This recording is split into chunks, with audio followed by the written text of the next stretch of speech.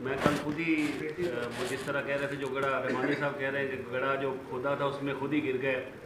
बड़ी मुझे खुशी भी हो रही थी वो वीडियो देख के कि आज से 3 महीने पहले हमारे मौजूदा वज़ीर ख़जाना साहब एक नेशनल असम्बली में तकरीर कर रहे थे कि पाकिस्तान में सुई गैस की कीमत पूरी दुनिया में सबसे ज़्यादा है, आज से 4 माह पहले, और इस कीमत को कम आना चाहिए। और पेट्रोल जो है ये 42 रुपये या 43 रुपये लीटर फ़रोख्त होना चाहिए था। 4 महीने में पता नहीं उनको कौन समझा गया है कि नहीं जी गैस 145% महंगी करनी चाहिए और पेट्रोल को भी मज़ीद महंगा करना चाहिए। और वही वज़ीर ख़जाना साहब जो आज से 4 माह पहले कहते थे कि कर्ज़ा नहीं लेंगे, जो मर्ज़ी हो जाए।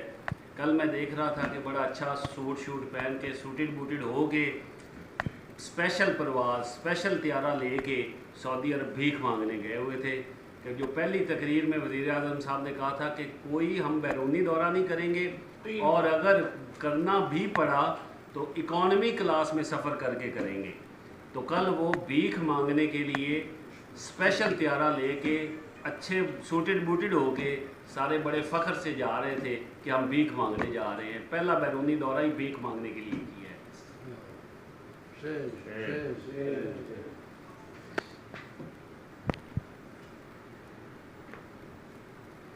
बेसिकली तनकीद करना बहुत आसान होता है और डिलीवर करना बहुत मुश्किल होता है।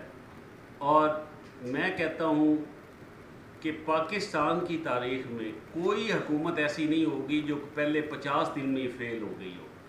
100 दिन तो दुनिया के हर हिस्से में हुकूमत का हनीमून पीरियड समझा जाता है कि 100 दिन उसके बड़े पहले 100 दिन बहुत अच्छे होते हैं। ये पाकिस्तान की हिस्ट्री में वाहिद हुकूमत है जो पहले 50 दिन में ही फ्लॉप हो गई है, बुरी तरह फ्लॉप होगी। और अपने हर बात पे कॉल व फेल में तजाद, सुबह एक बात करते हैं शाम को दूसरी, अगले दिन सुबह फिर एक बात, फिर शाम नई बात। लेकिन मैं समझता हूँ कि जो आजकल के दौर में कौम को बेवकूफ़ बनाता है उससे बड़ा बेवकूफ़ इंसान दुनिया में कोई नहीं होता। उनकी यही धोखाधड़ी 50 दिन के अंदर अयां हो गई है।